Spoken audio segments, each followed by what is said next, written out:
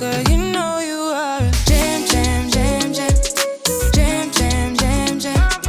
Jam, jam, jam, jam. Sounding like you're wasting every time. Jam, jam, jam, jam. Jam, jam, jam, jam. Jam, jam, jam, jam. Sounding like you're wasting every time. You know like me. You know who it is, everybody. I'm back once again with another hair tutorial. Summertime is quickly approaching and it's about time for a protective style that requires minimal leave out because we don't want to have to worry about frizz and our hair reverting and all that nonsense. So today I'm going to show you how you can apply these clip-ins with no leave out. Clip-ins I'm using today are from CurlsQueen. You can find all their information in the description box below. The hair came in this cute little box and they also included a few freebies. So here's the pouch that they came in, and there's a brush, some extra clips, and this adjustable satin bonnet. These are their water kinky curly clip-ins, and these are 20 inches long. And here's a close-up of these curls. This hair is so thick and bouncy and just luscious. I love these curls. So before we get started, I washed these clip-ins. I really just co-washed them. So rinsed them, added a conditioner, detangled with my paddle brush, and then rinsed the conditioner out.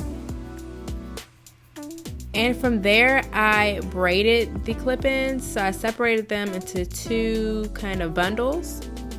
And I just did a few kind of chunky braids. I wanted to do kind of a braid out so I can maintain some of the length on these clip-ins.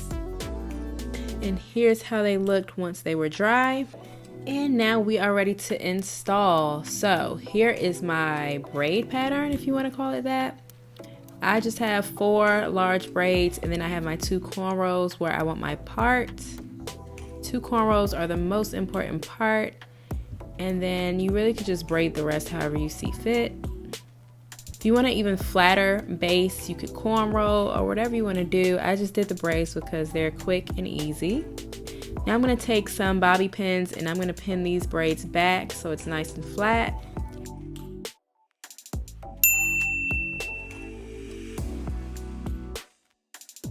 And then I'm going to grab my clip-ins and unbraid them.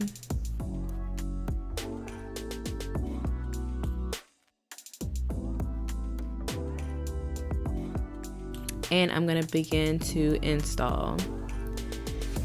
Now you really could put these clip-ins in any order because they are the same length, but I'm going to show you guys how many clips are in each one before I install so you can see how I did it.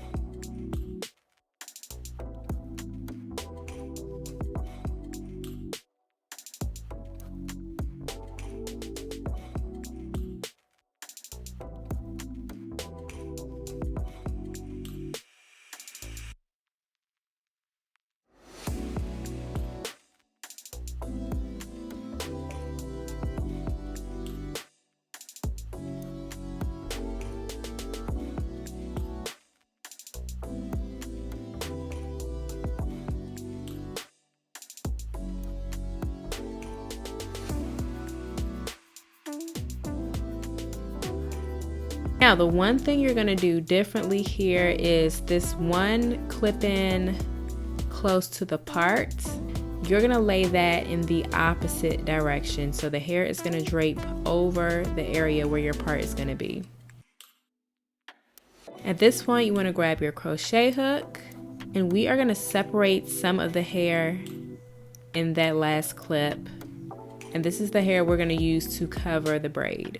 So with this hair separated, I am going to go strand by strand, and I am going to pull this hair under the cornrow. So I'm inserting my hook, putting the hair into the hook, closing the latch, and pulling the hair under. No need for any knots or anything. You're just simply pulling these strands of hair under the cornrow. And we're going to do this all the way back.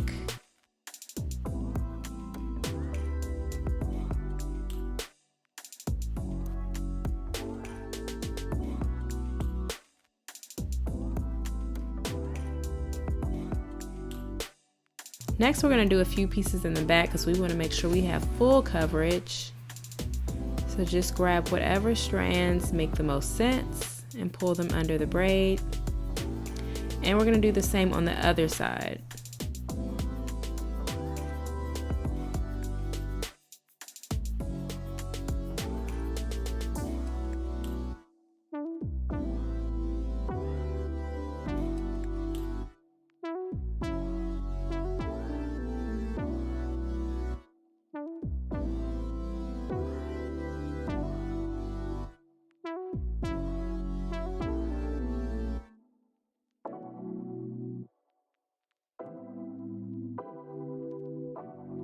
Next, with the hair pulled back, I'm going to grab my Gots to Be, and I'm just going to do a little something to my edges.